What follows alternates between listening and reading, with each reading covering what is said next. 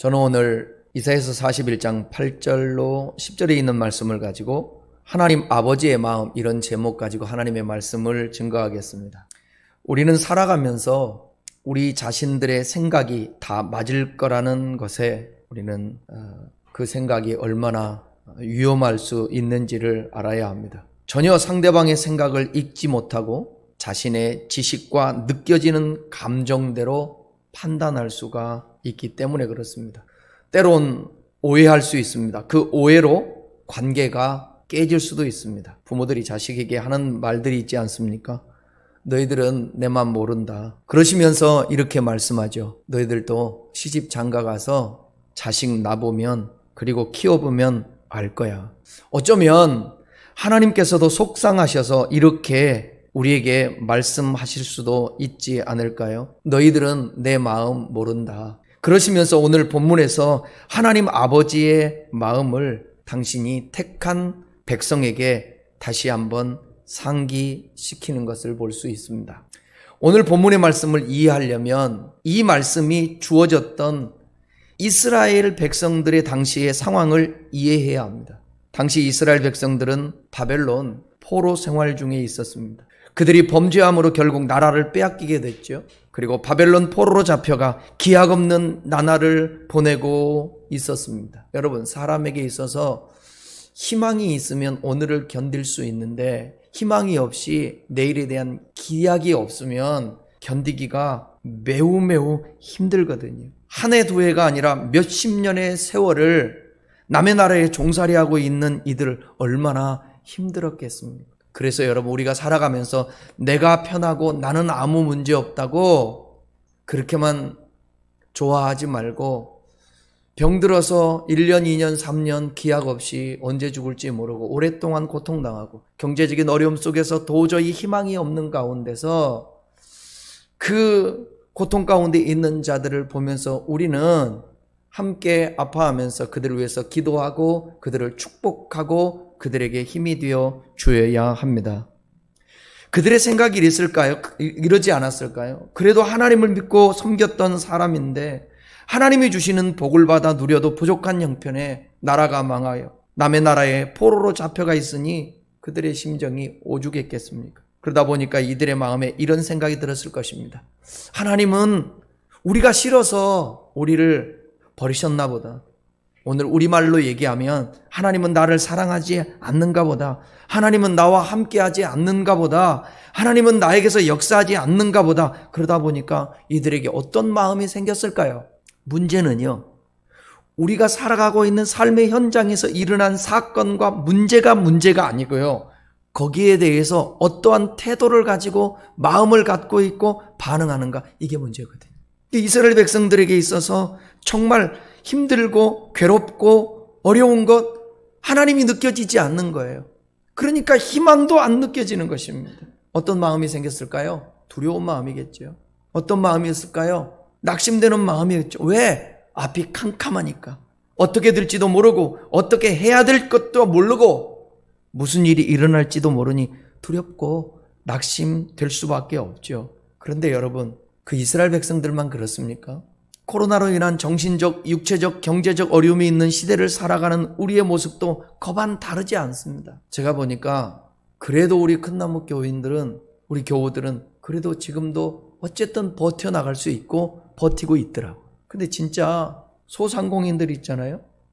장사하고 있는 사람들, 문을 닫고 몇 개월째 수입이 전혀 안 되고 계속 임대료를 내야 되고 통장에는 돈이 없지, 대출은 받을 수 없지, 돈을 융통할 수 없는 거예요. 어떤 사람은 사채 끌어다 쓰고 그들의 모습도 희망이 없어서 절망하고 있었을 것입니다. 그런데 오늘 본문의 말씀은 당사자들은 느낄 수 없지만 그들을 택한 하나님은 그들을 향해서 당신 아버지 하나님의 마음을 말씀하면서 그들이 좀 아버지 하나님의 마음을 알아줬으면 좋겠다. 그리고 너희들이 절망하지 않고 그 절망 속에서 회복했으면 좋겠다. 그런 마음으로 본문의 말씀을 주었던 것입니다. 오늘 41장 8절 9절 한번 읽어보겠습니다. 읽습니다.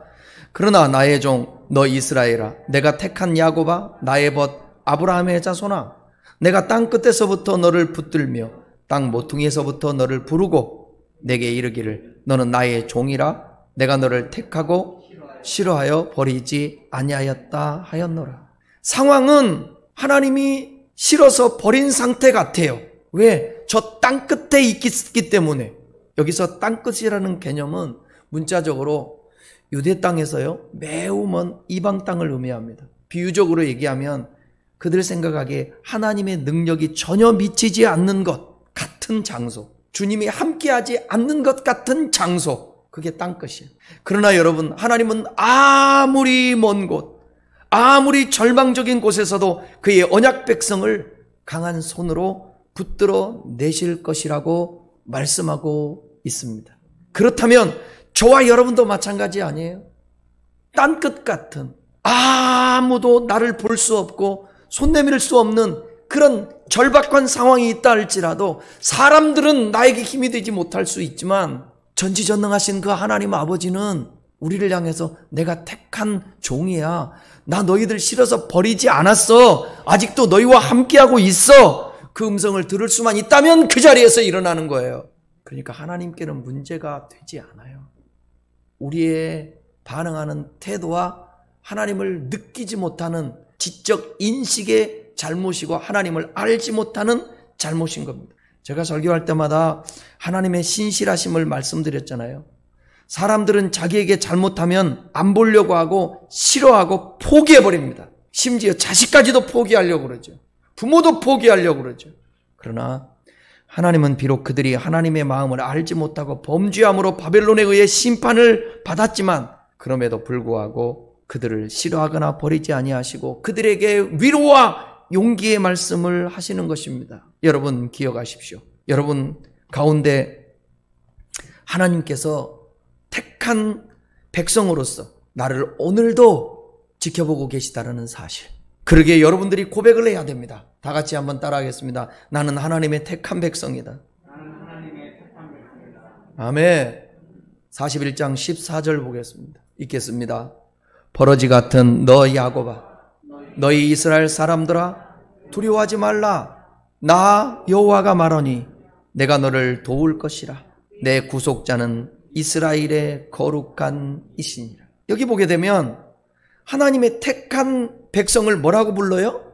버러지 같다라고 얘기하지 않습니까? 야곱은 이스라엘을 말하는 거예요. 버러지 같은 너. 이 버러지라는 이 단어는 히브리 말로 틀라흐라는 단어인데 지렁이.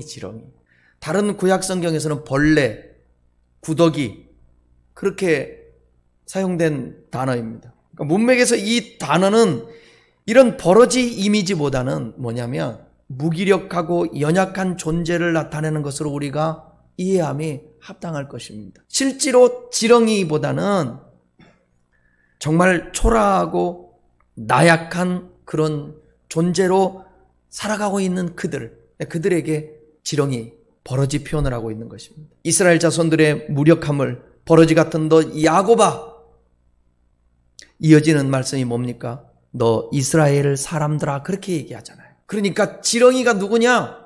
이스라엘 백성들이에요. 연약한 존재들, 나약한 존재. 이 단어를 의도적으로 사용해가지고 하나님은 바벨론 포로로 있던 이스라엘 자손의 그 연약함과 무력함을 강조하고 있는 것입니다. 우리들도 살다 보면 삶이 우울하고 무기력할 때가 있습니다. 그럼 사람들은 오늘 말씀 잘 들으시고 오늘 회복할 수 있는 우울에서, 무력감에서 회복할 수 있는 여러분 될 수 있기를 축복합니다. 하나님은 속상해 하셔도 싫어하지 않았다라는 것입니다. 그것이 아비의 심정이, 하나님의 심정을 드러내는 것입니다. 이스라엘 자손이 바벨론 땅에서 그 소망 없는 나라를 보내고 있을 때 그들은 자신들의 정체성과 관련하여 근본적인 질문을 던졌을 것입니다. 과연 우리는 하나님의 택한 민족 맞는가? 하나님은 우리를 영원히 버리지 않으셨는가? 이제 우리는 이 이방 땅에서 영원히 버려질 것인가? 이 같은 질문들 점점점 더 크게 그들 내면에 메아리쳐 울렸을 것입니다. 여러분, 신앙이 성숙해지려면 반드시 질문을 하셔야 됩니다. 여러분들이 좋은 질문들, 내 안에 의구심, 이해할 수 없는 것들 자꾸 질문해야 됩니다. 그래서 그 질문을 해서 답을 하나씩 찾아 나갈 때에 여러분의 신앙이 성장하고 마음이 밝아질 수가 있다는 것입니다. 제가 가만히 생각해 보면 왜 우리들이 그토록 하나님을 오래 믿으며 주님 믿습니다를 외치고 은혜 받았다고 얘기하고 함에도 불구하고 어떤 어려운 일들이 탁 닥쳐와서 나를 짓누르게 되면 거기에 딱 붙잡혀서 꼼짝달싹을 못합니다. 왜 그럴까요? 질문해 봐야 되지 않을까요? 그럴 때 이렇게라도 질문해야죠. 도대체 하나님, 나 주님 믿는다고 믿는데 왜 나는 이렇죠? 질문해야 되지 않을까요? 그래서 반드시 그 주님의 음성을 여러분들이 들어야 합니다. 질문하다가 왜 하나님 도대체 뭐하고 계세요? 하나님 지금 어디에 계십니까? 왜 침묵하십니까? 그리고 낙심해요. 그리고 실망해요. 좌절하는데 질문하다 보니까 마지막에 뭐냐? 오히려 그의 도우심으로 인하여서 찬송하리로다. 찬양으로 바뀌게 되는 거예요. 질문이 찬양으로 바뀌어요. 여러분, 고민되지 않는 사람은 질문을 안 해요. 그러나 고민하니까 질문하게 되는 거예요. 질문하게 되면 하나님은 반드시 시간 문제지 때를 따라 말씀해 주신다라는 사실입니다. 근데 질문도 안 하고 그냥 그 문제에 사로잡혀서 문제만 바라보고 어떻게 이 문제를 해결할까만 생각하고 있으니까 이게 안 되는 거예요. 제 설계에 모순이 있을지 모르지만 저는 그렇게 생각해요. 여러분, 문제가 있을 때 이 문제를 어떻게 해결할까? 그 단순한 것은 우리가 그냥 해결하면 되는 거고, 근데 해결하려고 해도 걱정, 근심이 되고 도저히 해결할 수 없다. 그럴 때는 해결하려고 하지 마시고 주님께 맡기세요.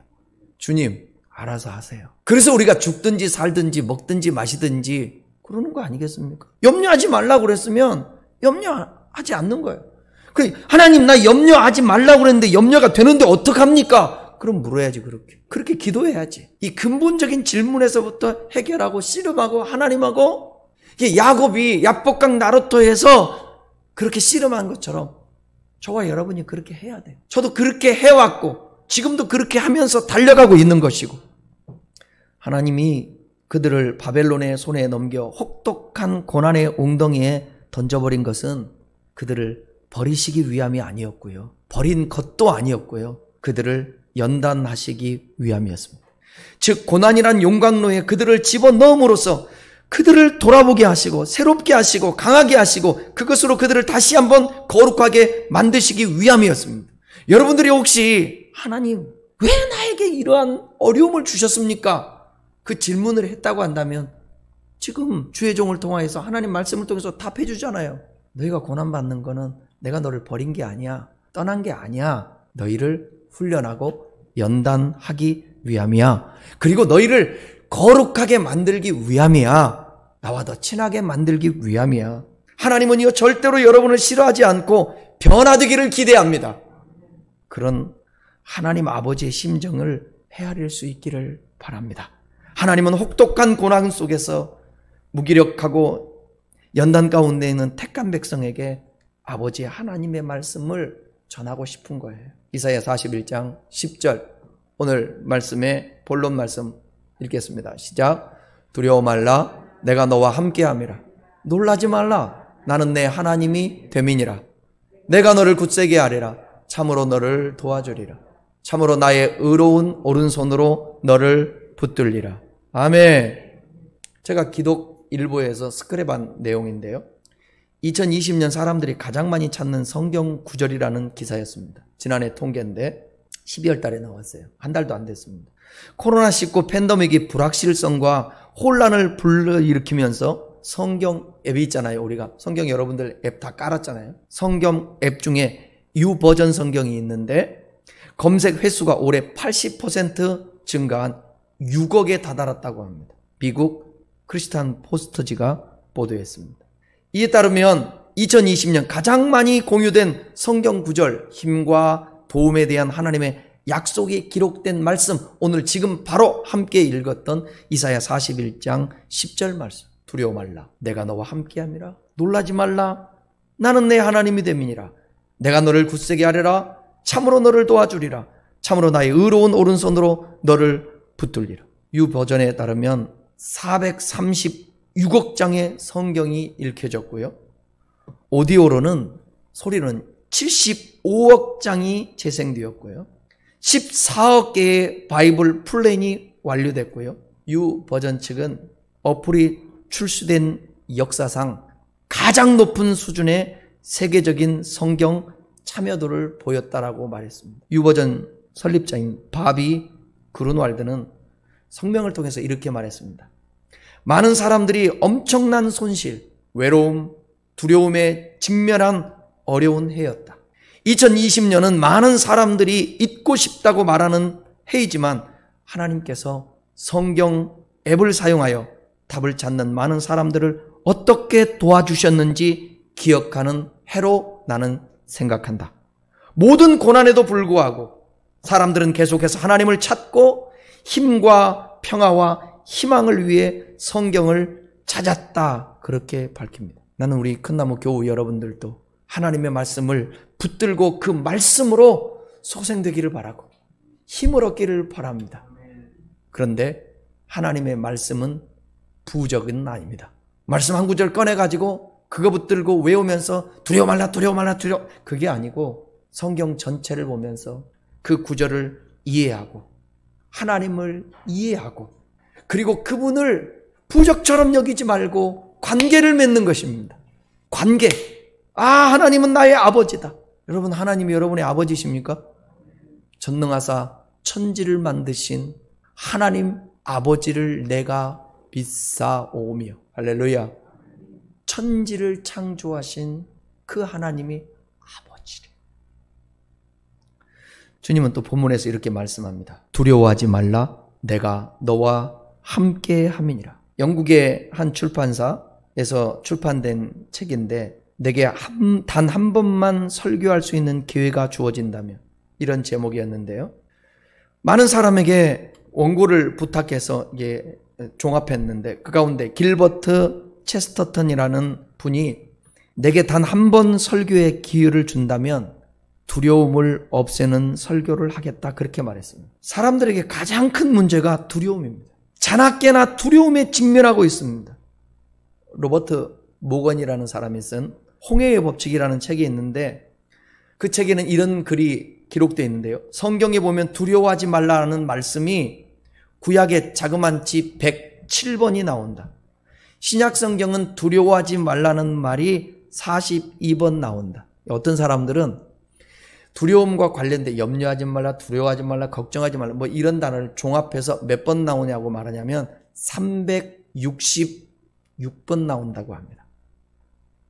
근데 뭐 그게 하나님의 의도였는지 뭔지 모르는데 왜 365일인데 366번이 나왔을까?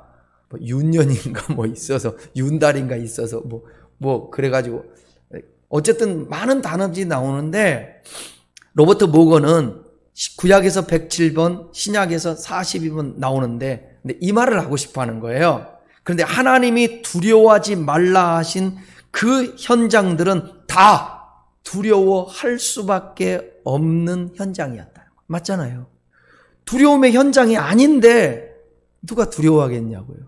그러니까 두려워하는 사람들의 그 상황들은 거의 다 두려운 환경이라는 거예요. 성경에도 두려운 환경인데 두려워하지 말라고 그랬어요. 우리 그냥 이럴 때는 또 때로는 단순할 필요가 있어요. 여러분, 두려운 일이 있을 때 하나님 앞에 단순하게 그 두려운 환경 속에서 하나님이 두려워하지 말라고 그랬으니까 그분 앞에 맡기는 것이 필요합니다. 제자들이 배를 타고 갈릴리 호수를 건너가는 있을 때 풍랑이 일어났습니다. 노를 저어보지만 결국 풍랑을 이기지 못하고 배가 침몰하게 됩니다. 그때 두려워 떨고 있었죠. 안 두려울 수가 없죠. 여러분, 배가 침몰하는데 어떻게 안 두려워지냐고요.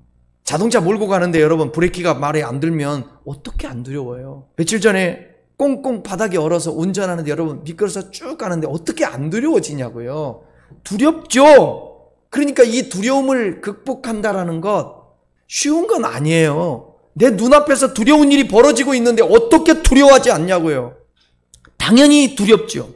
근데 예수님은 뭐라고 말씀했느냐? 그 풍랑이 일어나고 배가 침몰하고 있는 그 상황 속에서 예수님은 두려워하지 말아라 그래요. 우리는 환경 때문에 절망하잖아요. 눈에 보이는 현실 때문에 좌절하잖아요.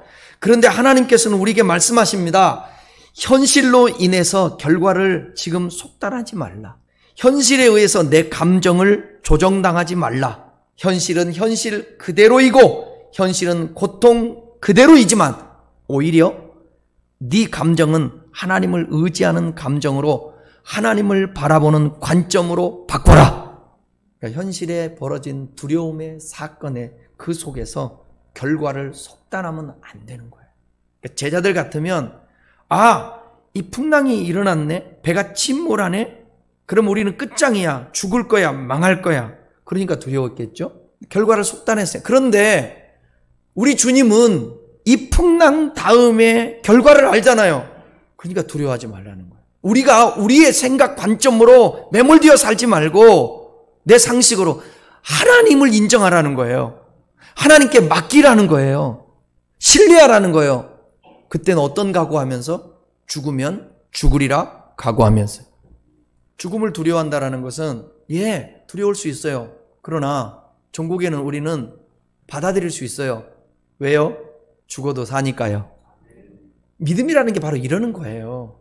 그러니까 우리가 걱정하고 두려워하고 뭔가에 이렇게 사로잡혀 있으면 단순히 믿음이 없다가 아니에요. 정말 하나님의 관계가 온전치 않은 거예요. 그러니까 제가 늘 말하는 게 그거예요.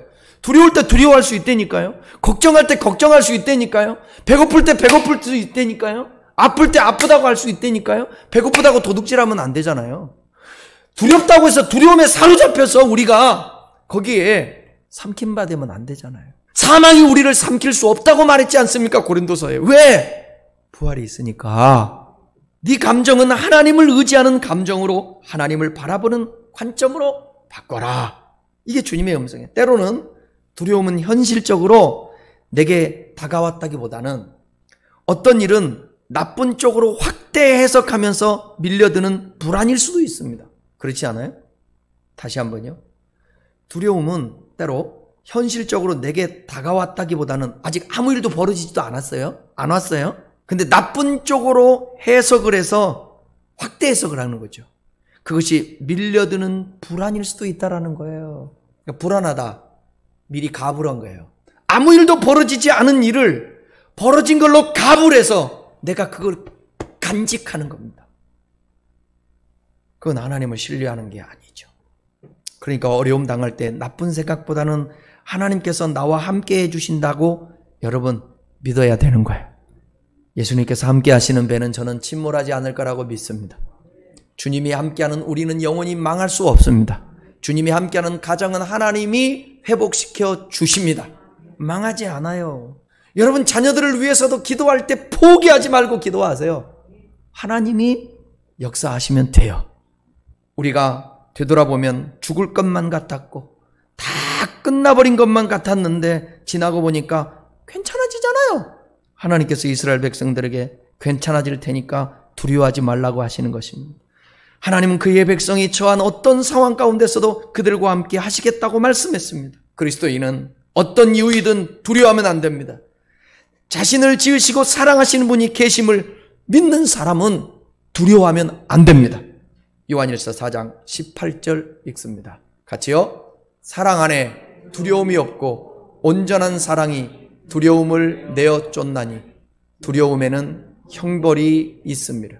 두려움은 형벌이 따라온다라는 거예요. 한번 진심으로 따라하시기 바랍니다. 두려워 말라 내가 너와 함께함이니라. 아멘. 유기종 목사님 얘기하면 여러분이 다 알잖아요. 암 수술을 여러 번 하고 40 몇 킬로까지 내려갈 때 본인이 사진을 찍어 갖고 다니더라고요. 피골이 상접이 되어서 이번에는 내가 끝난 것 같다. 이번에는 끝난 것 같다. 때로는 여러분 우리가 두려움, 근심, 걱정, 염려하지 말고 어쩔 때는 받아들일 필요가 있어요. 그래 이제는 끝이구나. 주님이 나를 부르시나 보다. 여기까지인가 보다. 태연하게 받아들일 때 하나님은 또다시 생명을 연장해 주셔서 아무것도 먹지 못하고 40 몇 킬로 나갔던 이분이 순댓국 한 그릇을 다 드세요. 순댓국 한 그릇을 다 드세요. 커피 하루에 몇 잔씩 먹어요. 좀 제발 절제하라고 그래도 절제하지. 죽고 살고의 문제가 아니라니까요. 우리는 망하고 안 망하고의 경제적인 그 문제가 아니라고요. 내가 하나님의 손에 붙들려 있는가 아닌가, 그게 문제죠.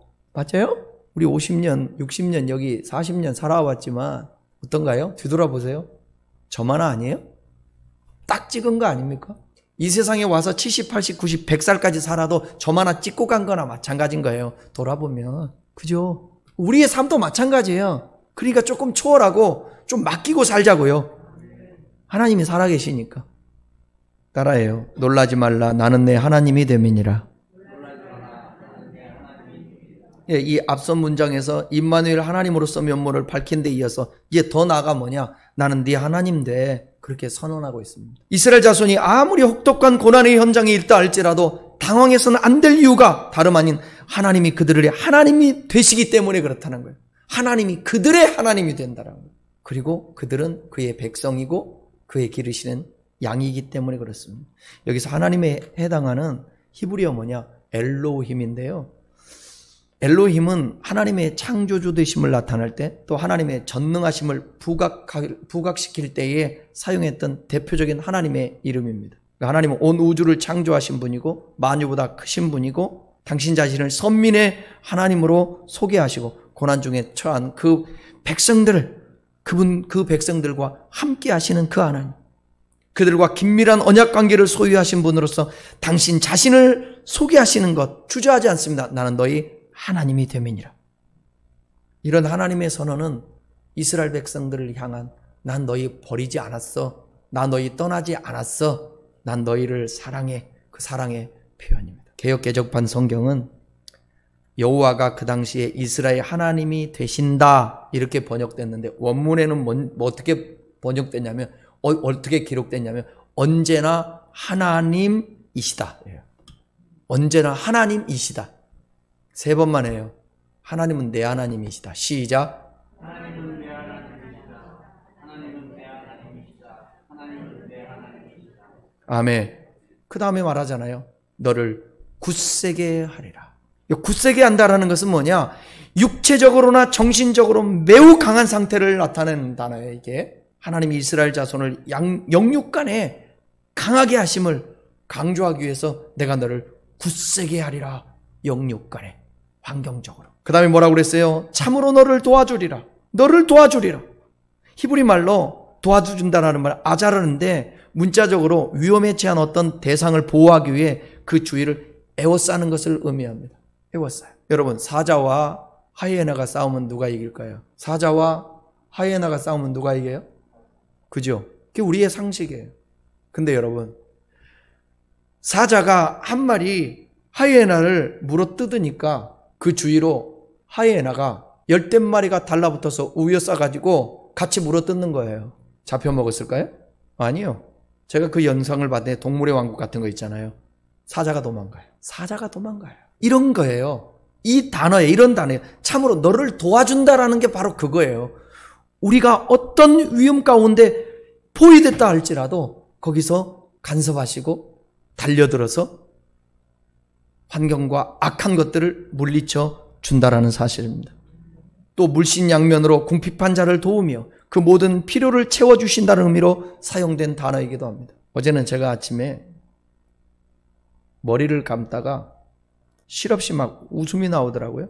그러니까 집사람이 뭔 일 있는 줄 알고 왜 그러냐고 소리를 치더라고요. 아니라고. 나 혼자 웃었어요. 실성한 사람 같이. 그게 뭘까? 이 웃음이 무슨 의미일까? 묘한 거예요. 표현할 수 없는 이 웃음 있잖아요. 이거 있잖아요. 머리 감으면서 미친놈이지. 왜 그랬을까? 고개를 숙이고 있는데 그런 생각이 드는 거예요. 가만히 보니까 야, 이 세상에 나를 도와줄 수 있는 사람이 아무도 없구나. 이미 내가 이 설교의 말씀을 준비했을 당시에요. 아무도 없구나. 누구도 나를 도와줄 수 없구나. 어떤 사람은 누가 누구를 뭐를 도와줬네 얘기하지만 나를 도와줄 수 있는 사람은 없구나. 시인이 시편 121편에서 고백했던 나의 힘이 되신 여호와여 내가 주님을 아니다. 시편 120편 나의 도움이 어디서 올고 나의 도움이 천지를 지으신 여호와에게서로다. 그리고 오늘 이 말씀이 기억나는 거예요. 참으로 너를 도와주리라. 그래 좋다 이거야. 누가 안 도와도 여러분도 마찬가지 아니에요? 누군가도 도와줄 수 없는 그런 상황에 있는 그런 상황이 있어도 괜찮아요. 왜? 주님이 말씀했잖아요. 내가 너를 도와주리라. 하나님은 당신의 백성 이스라엘의 모든 필요를 아시고 그 모든 것들을 충족시켜 줄 것을 지금 말씀하고 있는 것입니다. 그리고 70년 되니까 그를 포로해서 돌아오게 만들잖아요. 마지막 나의 의로운 오른손으로 너를 붙들리라. 하나님은 그들이 언제 어느 곳 어떤 상황에 처하든지 임마누엘의 은혜로 그들을 붙들어 주신다라는 거예요. 구약 성경에서 오른손은 축복과 힘, 은총이 부여되는 통로로 여겨졌습니다. 그러니까 특별히 이러한 오른손이라는 표현이 하나님과 관련되어서 사용될 때에는 하나님의 전능하신 하나님 그분의 능력, 권능을 상징합니다. 출애굽기 15장 6절 말씀 우리 한번 보겠습니다. 같이요. 시작. 여호와여 주의 오른손이 권능으로 영광을 나타내시니이다. 여호와여 주의 오른손이 원수를 부수시리. 여기 보면 오른손이 권능으로 영광을 이렇게 나오잖아요. 구체적으로 하나님의 백성들이 원수들로부터 압제와 고통을 당할 때 그들을 굴출해내는 도구로 오른손을 표현한 거예요. 내가 건져낼게 이 말이거든요. 여기서 너를 붙들다라는 말 단단히 붙잡다. 마음을 강하게 하다. 먼 이방 땅 바벨론에서 이스라엘 자손들은 오랜 동안 포로 생활 때문에 많이 지쳐 있게 됐을 것입니다. 그런 상황에서도 그들의 마음을 강하게 하셔서 좌절하지 않고 용기를 가지고 일어서게 하실 것입니다. 나아가서 하나님은 바벨론 제국의 지배자들에게 강하게 붙들려 있는 그 백성들을 그 제국의 지배자들보다 더 강한 능한 편팔로 그들에게서 건져내겠다라는 약속을 지금 이스라엘 백성들에게 하고 있는 거예요. 결론입니다. 하나님께서는 이스라엘을 그 징벌과 고난 중에서도 버리지 않으시고 도우시고 붙드실 것이라고 약속했습니다. 여러분, 하나님이 여러분 버리지 않습니다. 하나님이 여러분 붙드실 것입니다. 함께 하실 것입니다. 하나님은 그들을 마침내 구원시키고 회복시킬 것인데 여호수아에게도 두려움에 떨고 있는 그 백성들을 데리고 이스라엘 백성 데리고 가나안 땅에 들어가려고 하는 그에게 두려워하고 있는 자에게 여호수아에게 이렇게 말씀하죠. 두려워 말라. 내가 너와 함께 하겠다. 놀라지 말라. 나는 네 하나님 되겠다. 강하고 담대하라. 그렇게 말씀하지 않습니까? 감동적인 글 하나 소개하고 말씀 마치겠습니다. 그런 줄로만 알았습니다. 매일 웃고 살길래 슬픔이 없는 줄 알았습니다. 항상 씩씩하길래 아픔이 없는 줄 알았습니다. 언제나 강해 보이길래 눈물이 없는 줄 알았습니다. 늘 밝아 보이길래 고통이 없는 줄 알았습니다. 당신도 괜찮은 척, 아무렇지 않은 척 살아가고 있었군요. 돌아보면 혼자인데 기도하니 하나님께서 동행하십니다. 돌아보면 가진 것 없는데 기도하니 천국이 나의 것입니다. 돌아보면 나약한 것 같은데 기도하니 하나님의 자녀입니다. 돌아보면 사방이 막혀 있는데 기도하니 하늘문이 열렸습니다. 돌아보면 세상이 막막한데 기도하니 영원한 영생과 생명입니다. 돌아보면 내가 한 것 같은데 알고 보니 하나님이 하신 겁니다. 2021년에는 또 어떤 어려움이 있을지, 또 어떤 좋은 일이 있을지 여러분 아무도 모릅니다. 개인적으로도 국가적으로도. 그러나 하나님의 함께 하심을 믿고 두려워하지 말고 약속의 말씀을 붙잡고 승리하시기를 축복합니다. 이사야서 41장 10절 말씀 읽고 기도하겠습니다. 시작. 두려워하지 말라.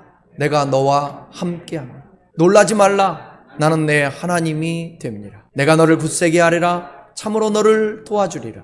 참으로 나의 의로운 오른손으로 너를 붙들리라.